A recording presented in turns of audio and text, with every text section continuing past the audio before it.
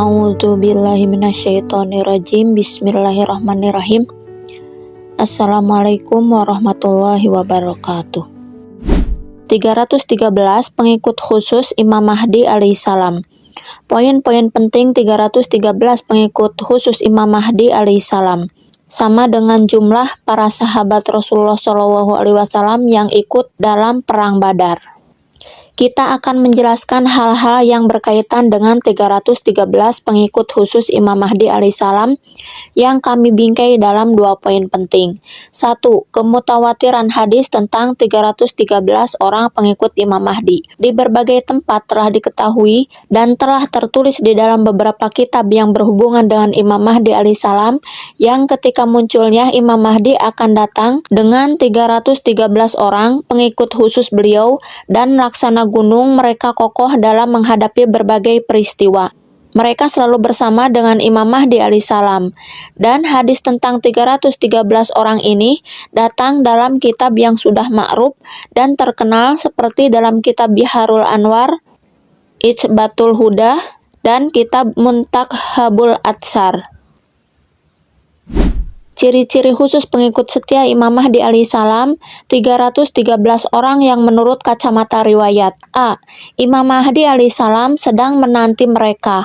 Ketika Imam Mahdi alaihissalam muncul, dan sebelum berada di samping Ka'bah, dan bersandar di dindingnya, dan sebelum beliau meneriakkan suara beliau yang menyejukkan hati kepada seluruh umat penjuru dunia, beliau berhenti di sebuah tempat yang bernama Zitua untuk menunggu 313 orang pengikut khusus beliau sampai mereka datang dan bergabung dengan beliau, dan dari sana mereka bersama Imam Mahdi pergi ke samping Ka'bah.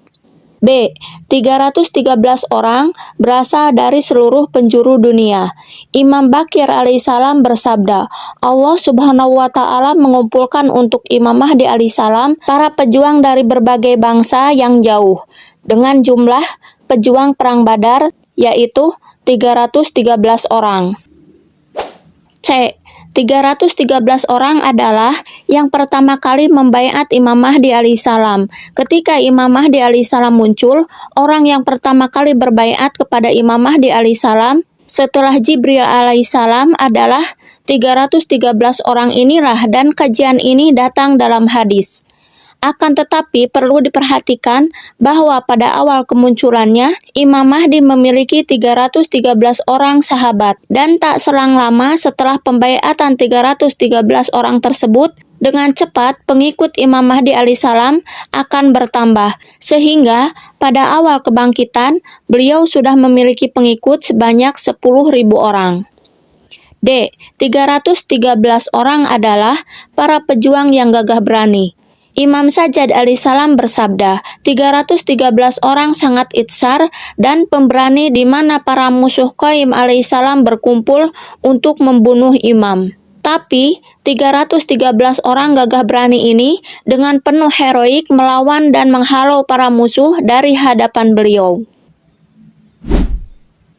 E. 313 orang pemegang panji dan pemimpin di atas muka bumi. Imam Shadiq alaihissalam bersabda, seakan-akan aku melihat Qaim berdiri di atas podium di Kupah, di mana para ajudannya 313 orang yang jumlahnya sama dengan pejuang perang Badar mengitari beliau.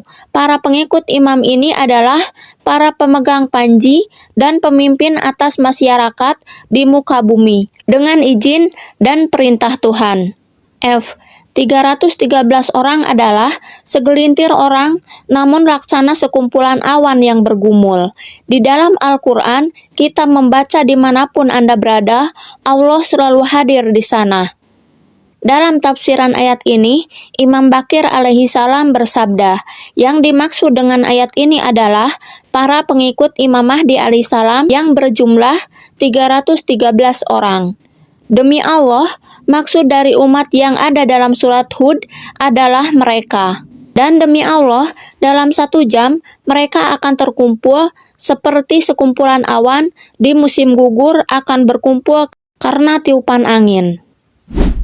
G. 313 orang rukun-rukun dan dasar-dasar yang tak bisa terpisahkan. Imam Shadiq dalam menafsirkan ayat 80 dari surat Hud Nabi Lut kepada kaumnya yang berpaling berkata, Sekiranya aku mempunyai kekuatan untuk menghalangi perbuatanmu atau aku dapat berlindung kepada kerabat yang kuat, tentu akan aku lakukan.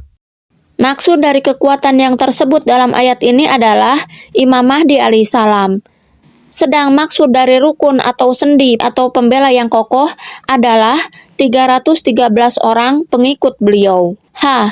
Imam Bakir alaihissalam bersabda, Imam Mahdi alaihissalam memiliki 313 orang pengikut yang mana mereka adalah termasuk orang ajam. Sebagian dari mereka menaiki awan dan berjalan, dan mereka terkena dengan nama ayah, sifat, dan nasabnya.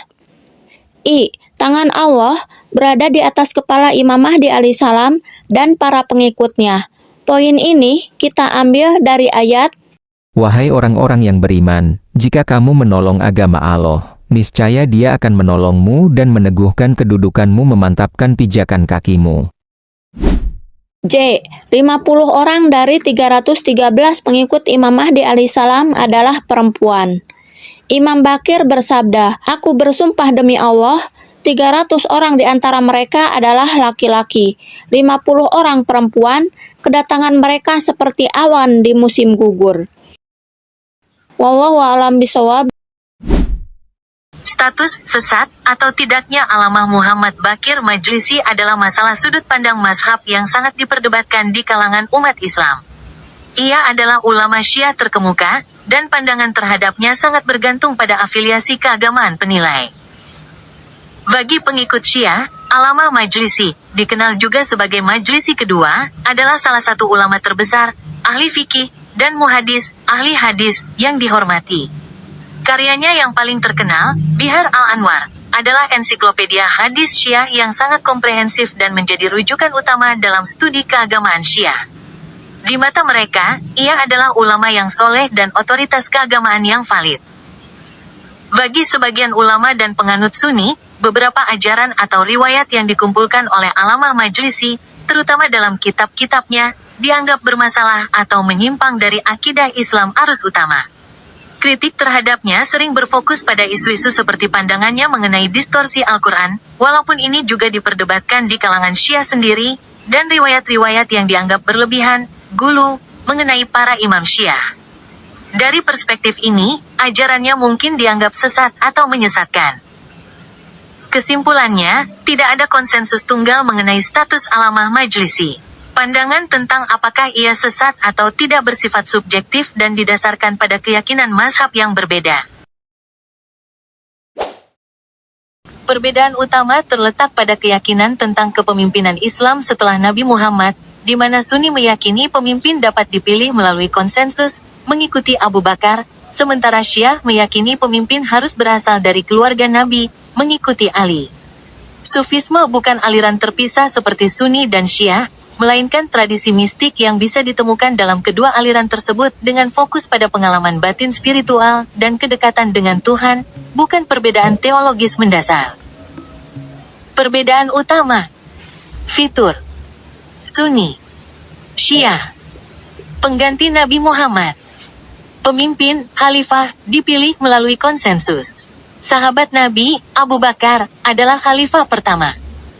Pemimpin, imam, harus berasal dari keturunan Nabi Muhammad.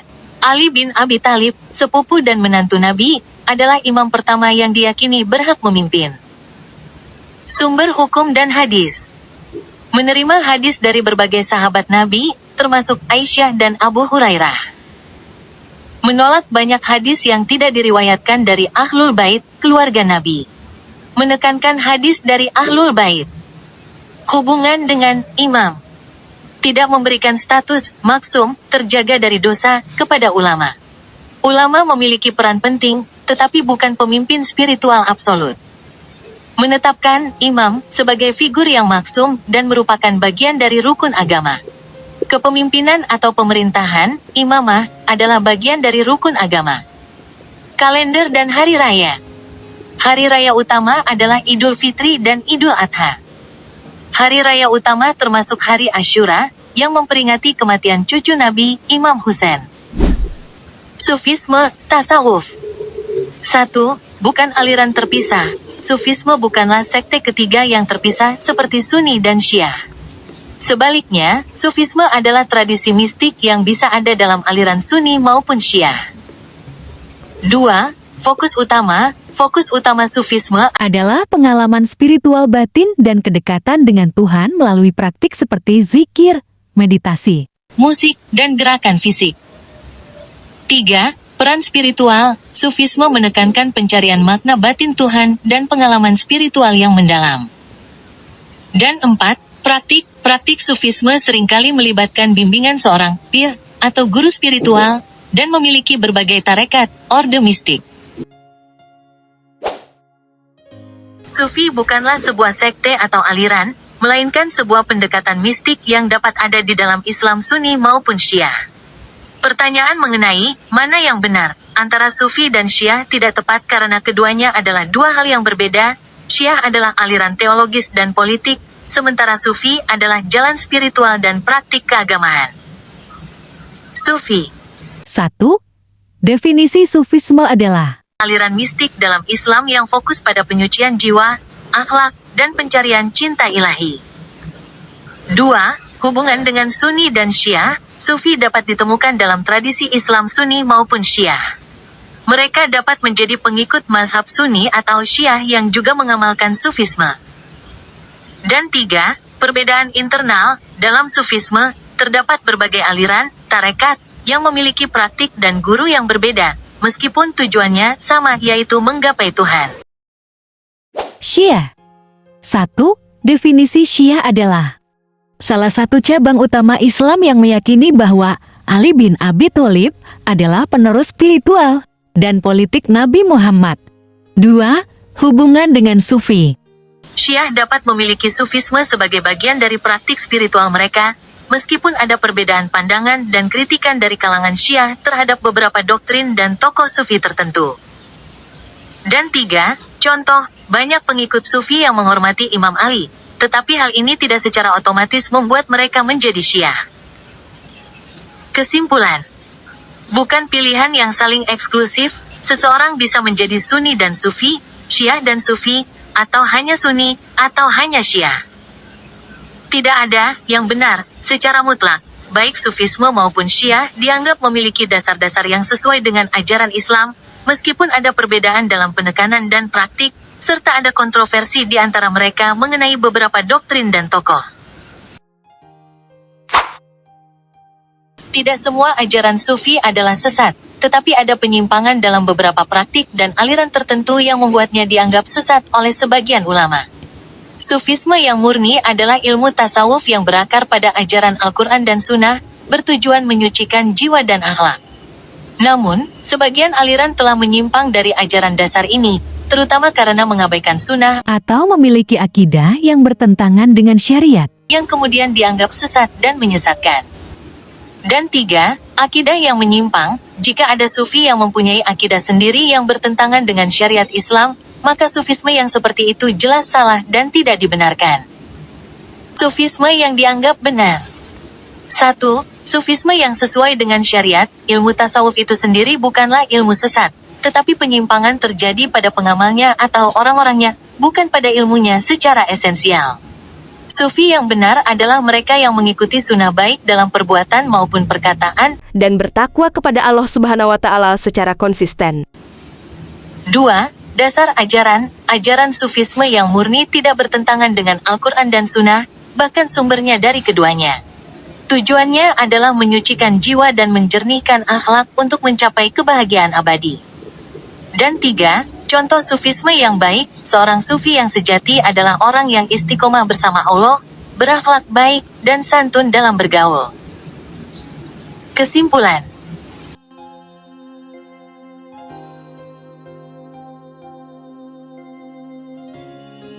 untuk membedakan hadis asli dan palsu, perhatikan sanad, rantai perawi, dan matan, isi hadis. Hadis asli biasanya memiliki sanad yang bersambung dari perawi yang adil dan terpercaya, sementara hadis palsu seringkali tidak memiliki sanad yang jelas atau dirawikan oleh perawi pendusta. Selain itu, matan hadis palsu sering bertentangan dengan Al-Quran, sunnah lain yang sahih, atau akal sehat, serta isinya. tidak logis atau berlebihan. 1. Menganalisis sanad, rantai periwayat. 1. Periksa kredibilitas perawi. Pastikan perawi hadis dikenal sebagai orang yang jujur, terpercaya, memiliki ingatan kuat, dan adil. 2. Ciri perawi yang bermasalah. Hadis yang diriwayatkan oleh pemalsu yang mengakui kebohongannya atau perawi yang terkenal pendusta harus dicurigai sebagai palsu. Dan 3. Pastikan sanad bersambung, periksa apakah rantai perawi terhubung dari satu orang ke orang lain tanpa putus. Jika ada perawi yang belum lahir saat perawi sebelumnya wafat, maka hadis tersebut palsu. 2. Menganalisis matan, isi hadis. 1. Bertentangan dengan Al-Quran. Jika isi hadis secara langsung bertentangan dengan ayat Al-Quran, kemungkinan besar hadis tersebut palsu. 2. Bertentangan dengan hadis sahih, hadis yang isinya berlawanan dengan hadis sahih lainnya yang sudah terverifikasi keasliannya, juga patut dicurigai. 3. Tidak sesuai akal sehat, jika isi hadis terlalu aneh atau tidak logis dan bertentangan dengan akal sehat manusia, maka itu bisa menjadi indikasi kepalsuan. 4. Isi yang mengada-ada, hadis yang menjanjikan pahala sangat besar untuk perbuatan kecil atau ancaman sangat besar untuk perbuatan sepele kemungkinan besar palsu. Dan 5. Bertentangan dengan ijma, kesepakatan ulama. Hadis yang bertentangan dengan konsensus para ulama, ijma, juga perlu diwaspadai. Wallahu a'lam bishawab. Semoga bermanfaat. Wassalamualaikum warahmatullahi wabarakatuh.